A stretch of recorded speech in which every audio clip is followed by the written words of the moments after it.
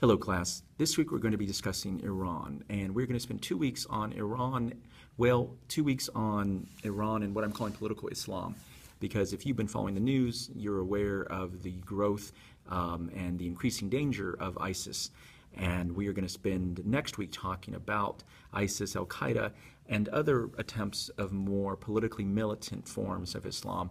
And some might even make the argument that they're truly not Islamic groups because they are distorting the teachings of Islam. Well, this isn't a history class or a religion class, so we're not going to spend a great deal of time talking about that. But I will give you enough information that I think you'll be able to discuss those issues intelligently and knowledgeably. What we are going to discuss, though, this week is Iran itself.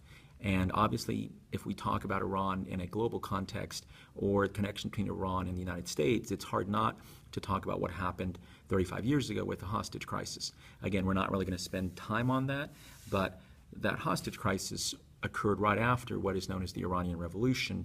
And as some of the readings suggest, that revolution still is important in Iranian society.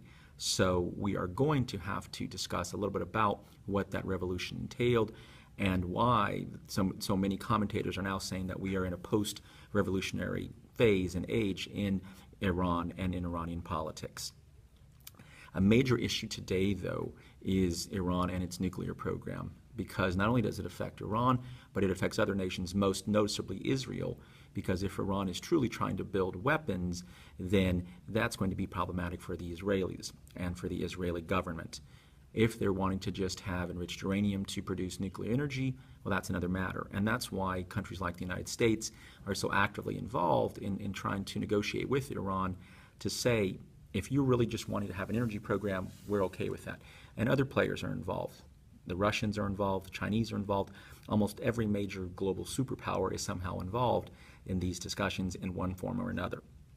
And so that is why I've chosen a couple of supplemental articles that deal with that issue, because it is a really important issue. And if Iran can make a deal and sort of regain an international status, that may lead to more political stability for Iran, and it may keep Iran from having to go back to more of a hardline stance that we've seen under earlier Iranian leaders and Iranian religious leaders.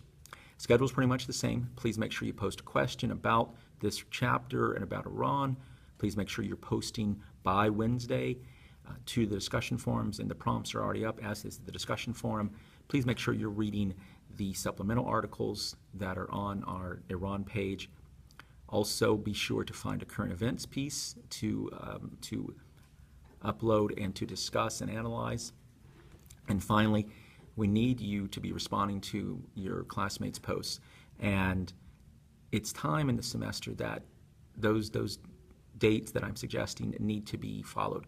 So if I don't see posts by Wednesday, I am going to start putting zeros in the grade book, and then I'm going to be deducting points for every day that you are not posting by that Wednesday deadline.